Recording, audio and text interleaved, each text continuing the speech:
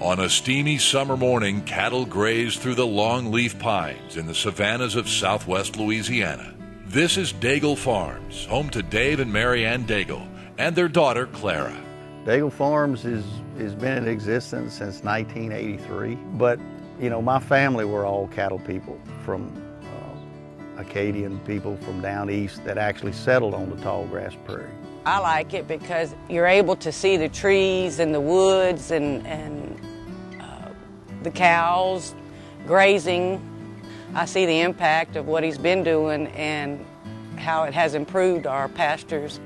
We try to manage from a business viewpoint with a concept known as integrated resource management, which means we identify everything that's out here that has a value, and we make a conscious effort to develop those values. When it comes to this environment, Dave Daigle knows his stuff. By education, he's an environmental scientist, and he worked for the Louisiana Department of Environmental Quality. His early career was in the oil fields, but he always had a farm like this in mind. There's nothing more beautiful than a good slick-haired, shiny Brayford, cow out there on the range that's robust and the calf is strong. It's just a real joy to see it. With more than 1,100 acres, Daigle Farms has a mix of income sources, including their Brahman and Brayford cow herd and high-quality timber. And Dave is in demand as a consultant to those interested in restoring these now rare longleaf pine savannas.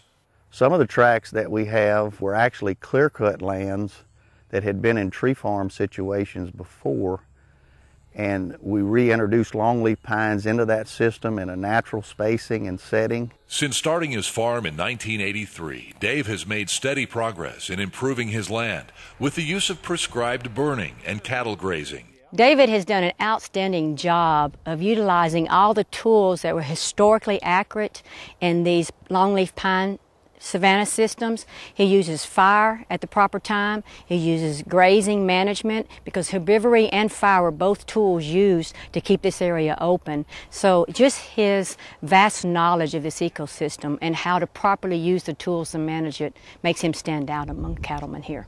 I think if somebody was at all curious about blending ecosystem management in with cattle grazing, this would be an excellent field trip to make to one of Mr. Daigle's sites, because they can see what's possible. They can see where fire will get you and where this rotational grazing will get you, and the type of timber management. You can get multiple resources and multiple benefits on the same tract of land. Dave works closely with a number of partners, including NRCS, on projects such as installing ponds to improve water access and rotational grazing. And since his farm normally gets about 55 inches of rain each year, adding heavy use areas around gates and water troughs has provided real value. Our heavy use areas work well here because traditionally we do have rains. We're in a drought currently, but during heavy rainfall seasons, cattle tend to make a pretty nasty hole around the troughs, and the heavy use area was designed to get those cattle up off the ground.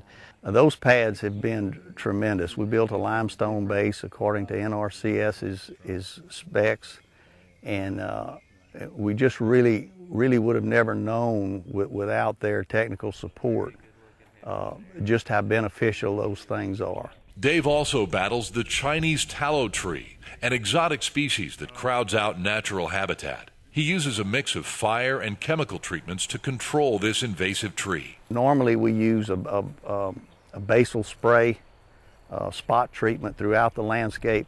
Remedy works really well in an oil base. We spray the bottom 1 foot of the tree all the way around, and we feel like we get something very near to 100% kill of that seed tree, and its root.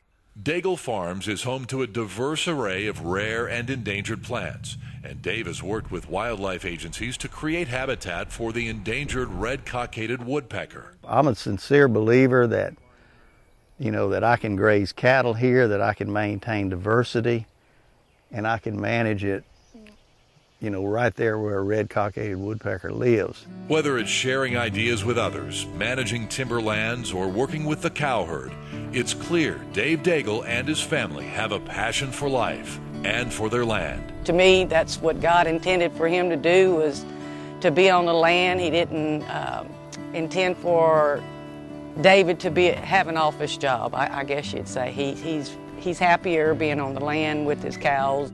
You know, it adds a level of a quality of life that no business plan can incorporate.